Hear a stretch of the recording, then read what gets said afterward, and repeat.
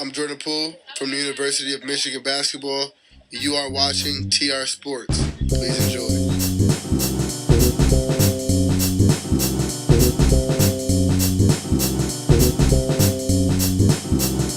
Hello, everybody, and welcome back to another episode of TR Sports. It's great to be back with you guys, and I've been working on this episode all week. There's a lot to cover, and I've been working on this hard. So, welcome back, everybody. Episode 5.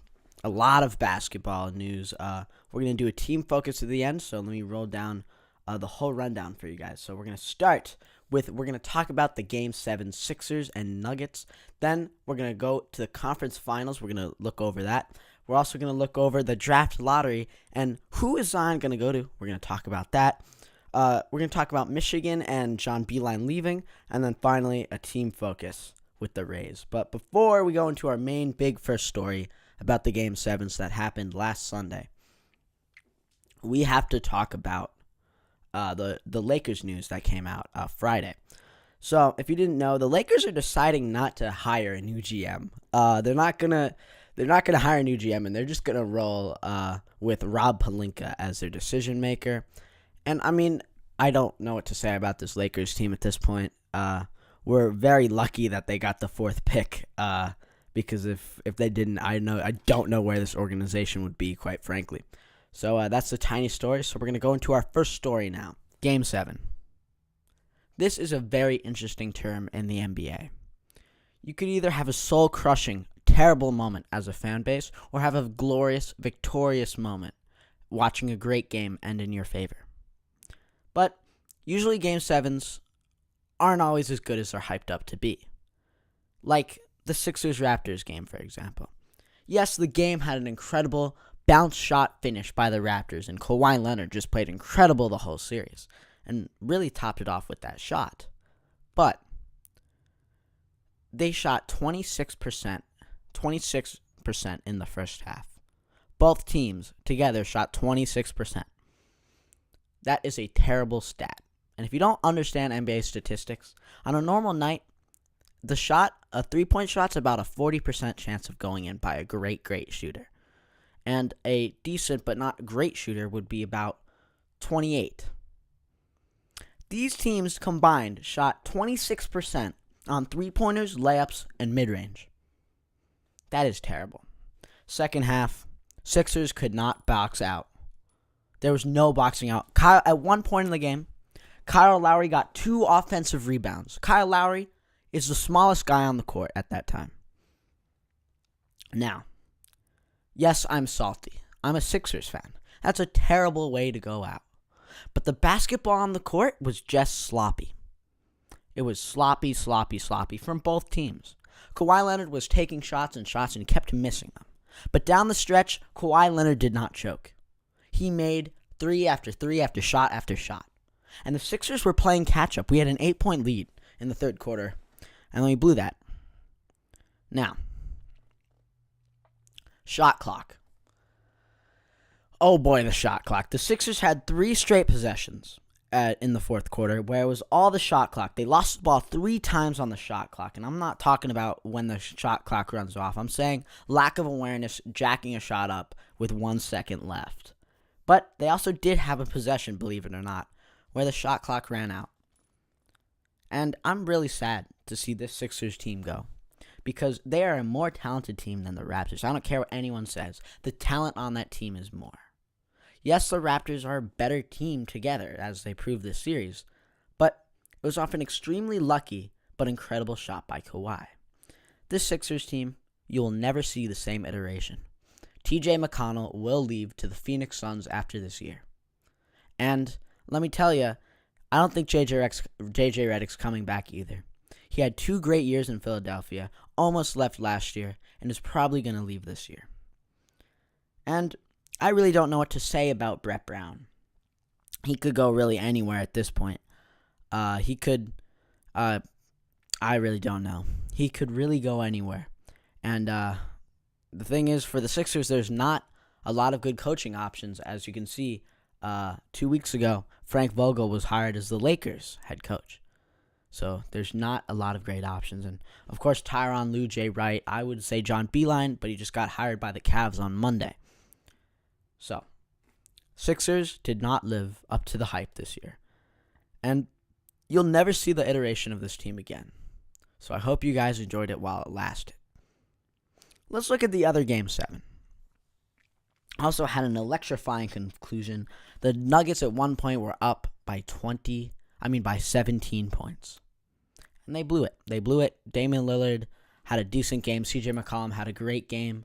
Evan Turner had a good game for his standards with 10 points, I think, in the Portland Trailblazers win. And, this team shows them they can compete with almost anybody. And they did that against the Nuggets. And they played a great game. Way to keep it together. CJ McCollum showing that he is a top tier player in this league. He showed it in that game. And Nikola Jokic. I'm not to take anything away from Nikola Jokic, because sometimes people say, I'm kind of a Jokic hater. I'm not. I'm just trying to speak facts. He kind of really blew the chance for the Nuggets to win the game in the fourth quarter when he absolutely bricked that free throw. I know this is old news on Monday, but of course the podcast comes out on Sunday. So I have to recap these stories. But, really an electrifying game there. And, I don't have much to say about the Nuggets. I'm just going to say I was right about them. They have a lot of talent. Jamal Murray is going to be a great player. Nikola Jokic is a great player. But they're a young team. This is their first real year in the playoffs. And I kind of expected that outcome of a blown lead to lose the series. I didn't think it would be Game 7. They put up a better fight than I thought they would against the Trailblazers.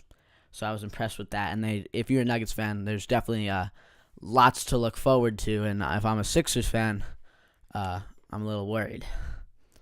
Now, Trailblazers played incredible. Raptors, I give to them. What a crazy shot by Kawhi. 4 bounces before getting its way into the hoop. So what a terrible way as a Sixers fan to end the season. But as we look forward to the draft, lots of fun picks to unravel. And, so that's the end of the Eastern Conference semifinals. Both ended in epic Game 6s, and we're now currently in the conference finals, and it's been a battle. So when we come back, we're going to run down what we've seen so far in the Western and Eastern Conference finals. Then we're going to go over the draft lottery, Michigan coach, and then we're going to finish it off with the team coach. So we'll be right back with the conference final review.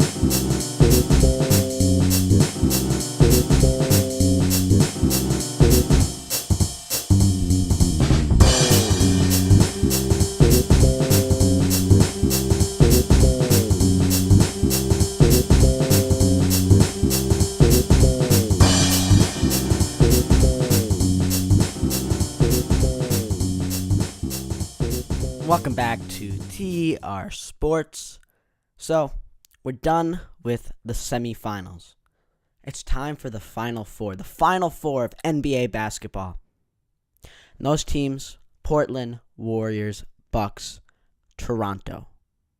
They're all in the conference finals. The big dogs. The big stage where you're going to prove who's the greatest and who chokes.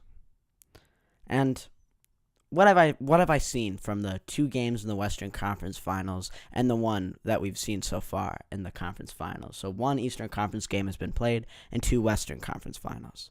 Again, 2 more games are going to be played on Saturday night, but I don't have enough time to incorporate those games into the episode. So you guys will know 2 more outcomes of the Western and Eastern Conference Finals on Saturday night, but I don't know yet. So we're going to go over what we've seen so far in the conference finals leading up to Friday.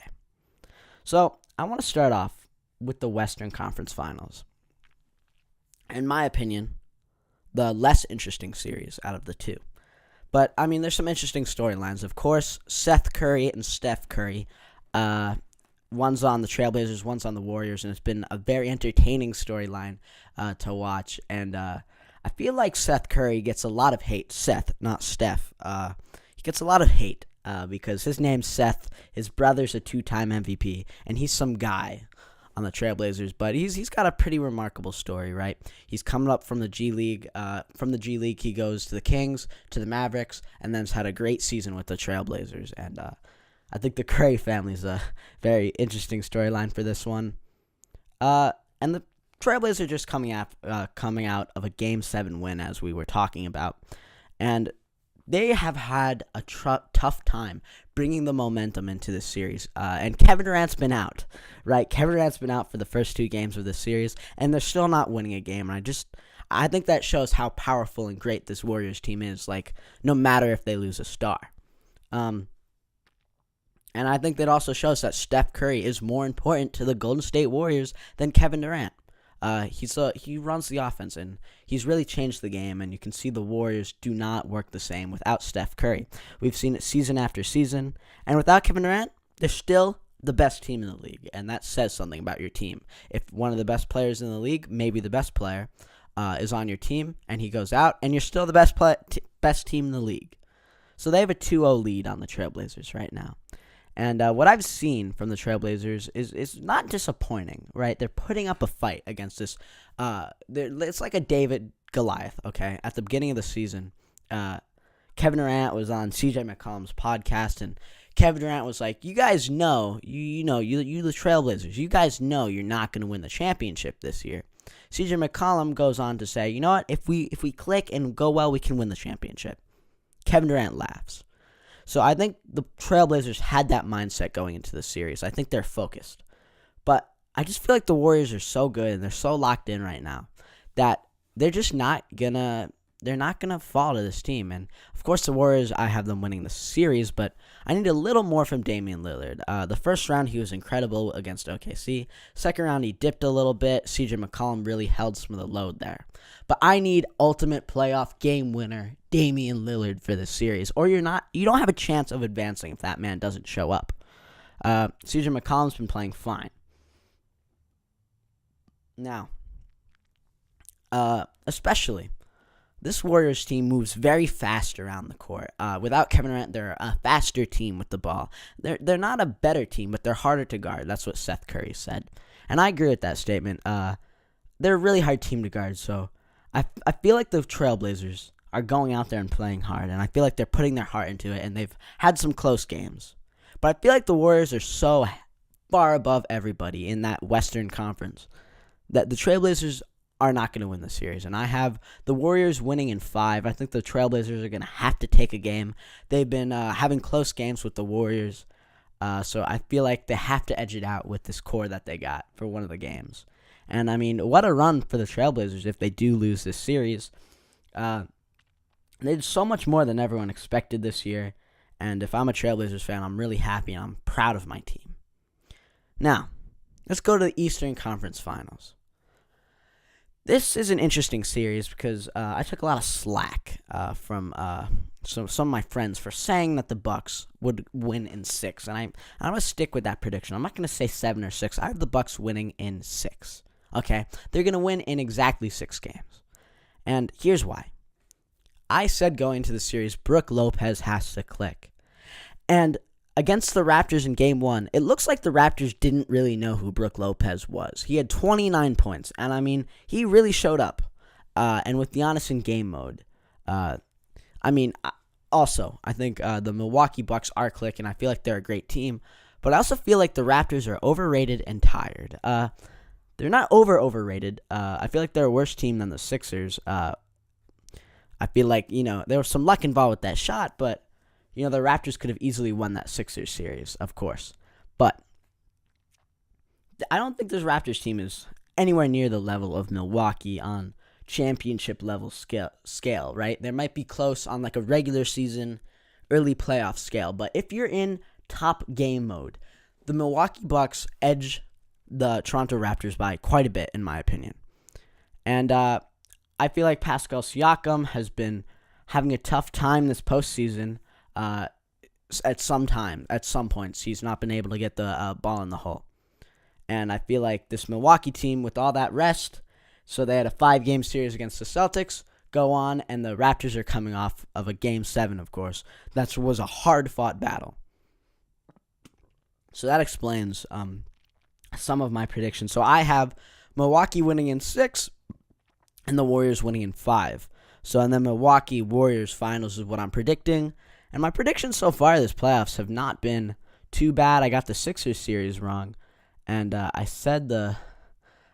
made an error in one of my podcasts. I misspoke. I said the something in 7. I meant Trailblazers. So I think I'm not 100%. I got 2 series wrong.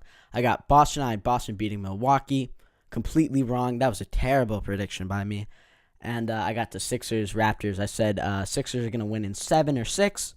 Sixers lose in 7. So I'm expecting a good conference finals. Not great. Nothing incredible. But I'm expecting a very solid viewing experience for the viewers and myself. But when we come back, we're going to talk about maybe the biggest story this week, the draft lottery. Where is Zion Williams going to go? What's going to happen to him? And we're going to go look at that.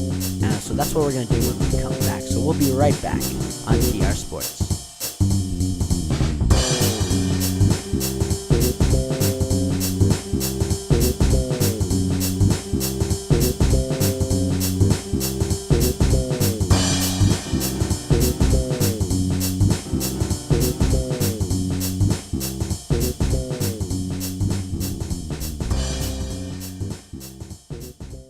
Welcome back to TR Sports, and let's talk about the NBA draft lottery. There is a whole lot to unpack about the lottery, and of course, there were a lot of surprises because of the new draft format. People aren't used to this much scrambling in the draft. So if you don't understand why this draft is such a big deal, it's because of the number one player. Okay, the number one player in the NBA draft this year is one of the most hyped up players I've seen come out in years. His name's Zion Williamson, and of course, probably most of you know who Zion is, but he's an athletic freak. He's crazy. He's an absolute monster. And the draft lottery, the 3 teams that were most likely to get the number one pick were the New York Knicks, Cleveland Cavaliers, and Phoenix Suns, who ended up 6, 5, and 3 respectively on the list. So let's unpack this here. The New Orleans Pelicans get the number one pick. They get the number one pick. They were going to try to trade for Zion anyway because they have this great player, Anthony Davis. They were going to try to trade for Zion. But instead, they get the number one pick and in turn get Zion for nothing. Memphis Grizzlies, number 2. Like, what else are you going to say to that? They're going to have a great team with John Morant, Jaren Jackson, and some other pieces, which this should be a great team. Now, finally, the New York Knicks fans have a little something to be happy about, because no, they did not fall out of the top 3. They did not fall this time. They get the 3rd pick, where they're most likely going to select R.J. Barrett. Number 4. Somehow, someway, with a 2% chance of getting the number one pick, the Los Angeles Lakers land the 4th pick. Who are they going to pair with LeBron? And it's kind of sucks because this is a very top heavy draft. There's 3 really good players, and everyone else is we don't know yet. They're question marks, and they're question marks, and we're not sure how good they're going to be in the NBA, and they're definitely not super exciting talents. At this number 4 pick, they're probably going to get a Jarrett Culver, a DeAndre Hunter, or a Darius Garland type player. Maybe Cameron Reddish. I would take him. I would take Cameron Reddish over DeAndre Hunter any day of the week. Number 5, a little disappointing for the Cleveland Cavaliers. They fall to 5, and they are probably going to get a guy. I'm going to say DeAndre Hunter. Okay, that's my guess for that pick because I don't think there's too many good players there. Phoenix Suns 6, Bulls 7. Bulls, what a hit. They had a 12% chance of getting the number one pick, and they fall to 7. Ouch. I mean, that hurts. With that, with the season they had, falling to the 7th pick is rough for them. Atlanta Hawks 8, Wizards 9. Atlanta Hawks get also the 10th pick via the Mavericks. Minnesota 11, Charlotte 12, 13 Miami, and 14 the Boston Celtics, which could have been the Sixers pick, but it wasn't because it, of course, wasn't number 1. And that was the clause on that pick. Now, let's talk about the Pelicans specifically. And man, this is a great day if I'm a Pelicans fan. That lottery was a great day for me. Because I am going to get Anthony Davis back. I'm calling it now, guys. I'm going to call it. Mark my word. Remember this.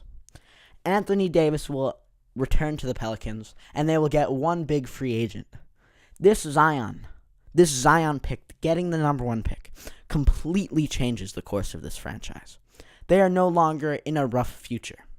They are now in a great position to win basketball games. With Zion, Anthony Davis, and a free agent, a big-name free agent. Of course, trade talks are probably still going to go on.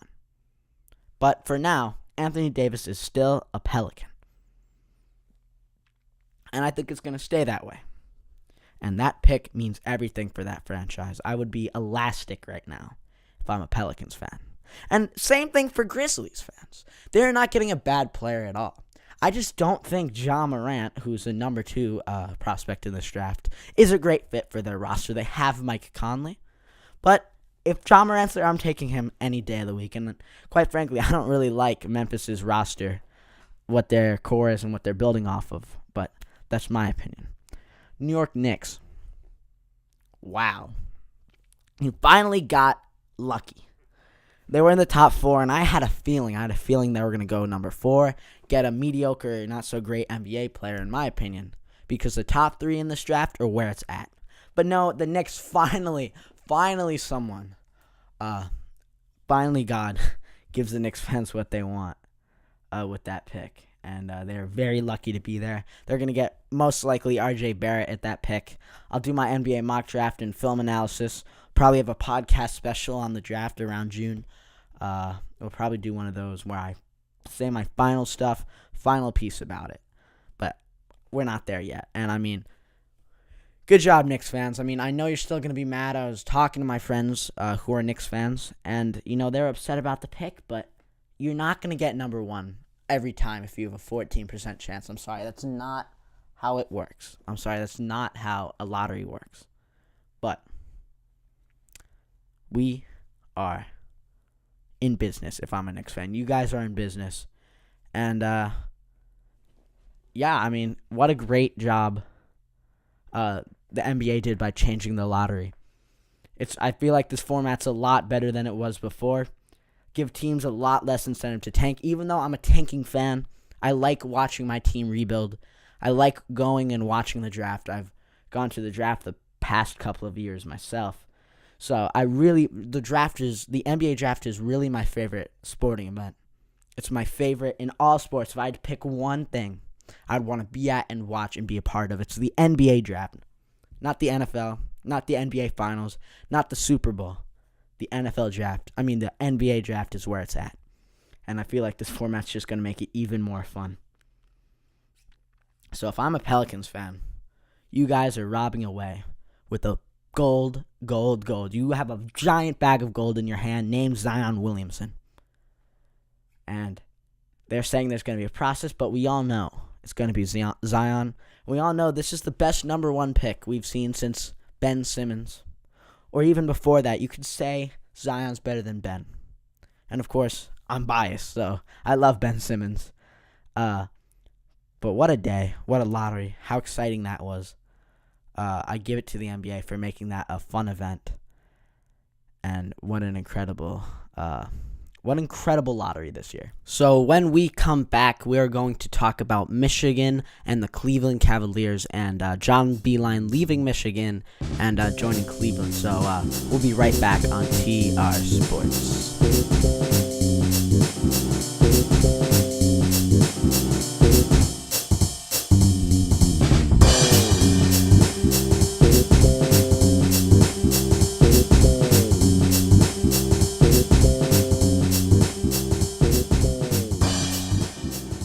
Welcome back to TR Sports.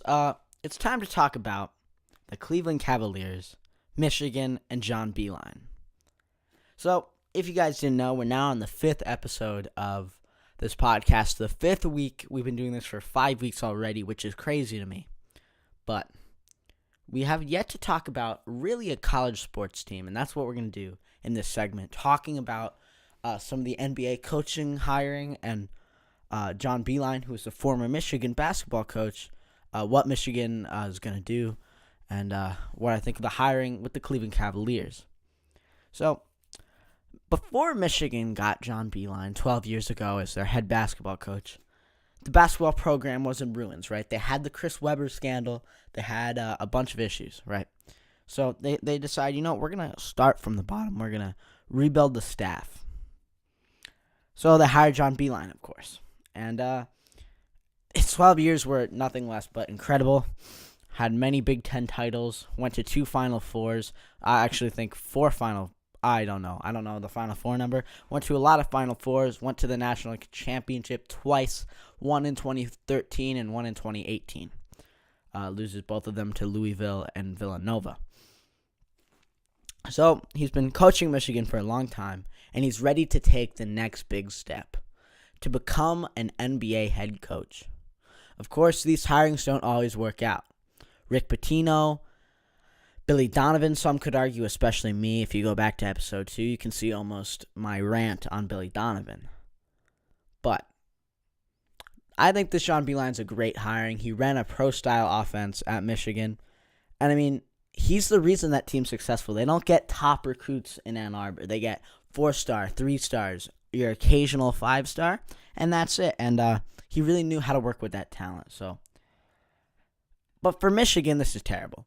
If I'm a Michigan fan, I'm absolutely terrified right now because this was the coach that got you to be an elite team. I'm not going to say it's the death of Michigan basketball right now. It's too early to say that. But if I'm Ignaz Brazdeikis, the breakout star for Michigan, I'm out of there. I would leave right now, go to the draft, become a second-round pick because I'm not going to thrive in the next coach's system, and I don't think Michigan's going to be very good. It's not the death. I'm not going to say it's the death of Michigan basketball for the time being, but it's definitely in jeopardy if they don't get a great coach like John Beilein. Now, the Cavaliers. And they signed a 5-year deal with John Beilein, and last year he almost signed with the Detroit Pistons, but didn't. I'm not exactly sure why. Maybe he didn't really like the roster. Maybe he didn't like the job. Maybe he didn't like the guys there. At the time and up until up until Saturday, I thought it was because he was getting old and he was just going to coach his last couple years in Michigan. But apparently he's ready to take the next step to coaching an NBA team. Now, the Cavaliers have a load of talent. They have Colin Sexton. Okay, they don't have a lot of talent, but they have a lot of potential. They have a top 5 pick this year, most likely. Again, I'm recording this segment on Monday, the day after it happened. So they have a top 5 pick, and they're gonna get that talent, and then they're gonna get another guy. I think they have a later first-round pick. Do not quote me on that. And then they have a second-round pick. So they have a decent amount of talent, and they have Colin Sexton. And that's a lot to work with if I'm a head coach. I think John Beilein will be a great NBA coach. Be better than your Monty Williams or Frank Vogel of the Los Angeles Lakers. No, he has never coached to this high of a level before. But he has proven that he can make great talents in his pro-style offense at Michigan. I'm not sure how that will translate to the NBA. But I do know one thing.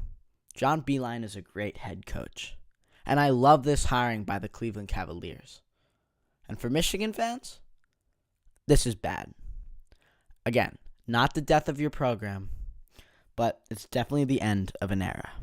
So when we come back, we will round out the podcast with a team focus, looking at the odd Tampa Bay Rays.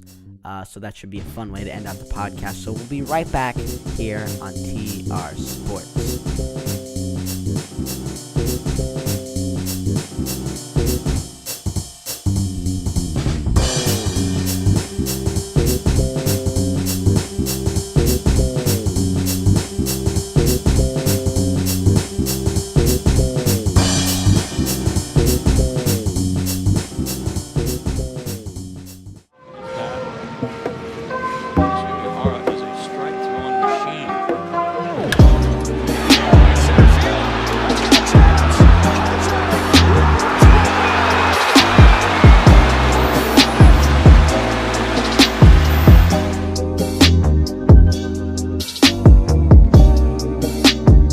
Welcome back to TR Sports. It is time for our team focus, the MLB part of the podcast where we go over one team every week. We looked in depth at the team and how they've been playing recently, and then at the end, I will give them a grade of how good of a team I think they are. So, Tampa Bay Rays. And this team is interesting because they should not be here. The Tampa Bay Rays should not be this good. A couple years ago, which was 2 years ago, they tried to rebuild. They traded Lorenzo Cain. They traded all these great players they had. And they weren't any worse than they were before. They had 89 wins last year in a very tough division, and they barely missed out on the playoffs. And they also had a Cy Young winner on their team, Blake Snell. So, really, they should not be here, especially if they're in a division with the Blue Jays, Yankees, and Red Sox, 3 huge market teams, and you are Tampa Bay. So, how have they been playing recently? Over the past 10 games, they're 6-4, and they have a great record of 26-15. The issue is, they are barely first in their division. They are 0.5 games up, only ahead of the Yankees, who are very close. They have about the same win and loss count as the Rays, and that's the issue with the Rays. The Red Sox are coming to get their place, and so is the Yankees, and they're not going to win the division. They're not in this division. They're not going to. The Yankees are coming, and the Red Sox are coming. They have a lot more talent and a lot more money than the Rays. But the Rays have some interesting philosophies. They were the first MLB team to really introduce the opener, which is instead of having a starter start the game, you have an opener to start the game the first couple innings. Then you bring in your starter, relief, closer. That's their plans. But they've had some really tough times in close games this year. They are 1-7 in one-run games, which is the worst in the majors. And their pitching is okay. At times they look really good, and at times they don't look good, but they're just not able to close out games on a consistent basis as that stat just read. And they have some issues.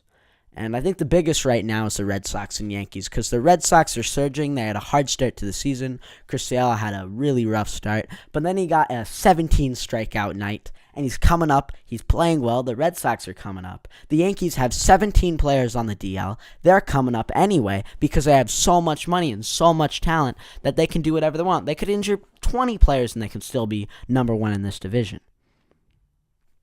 A good spot in this Rays team. They have a .990 fielding percentage, which is second best in the league, and they've been really crisp on defense. And if you ever watch a Rays game, you can really see how well they work on defensively. And the Rays don't have a big-name guy. They have Blake Snell, but he's not a big-name guy, and they don't have a great farm system either right now. And over the past 10 games, the offense has really cooled off.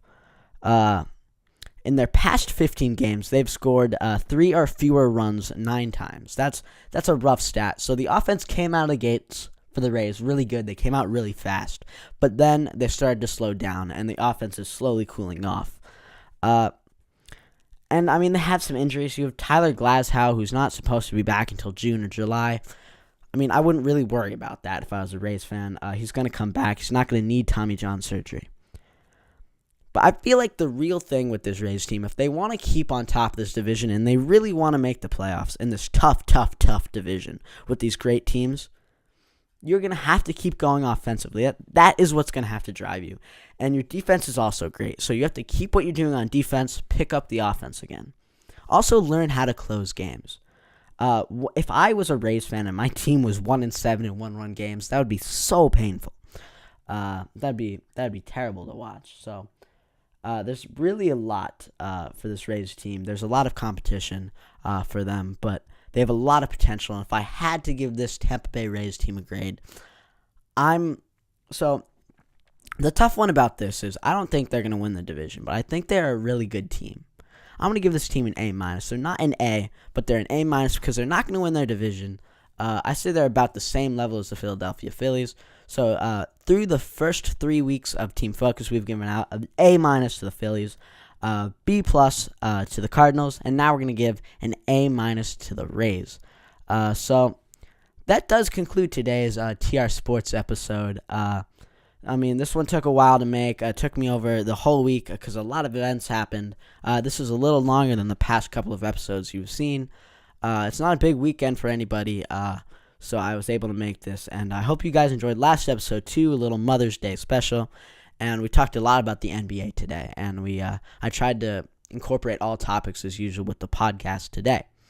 But thank you guys for watching so much.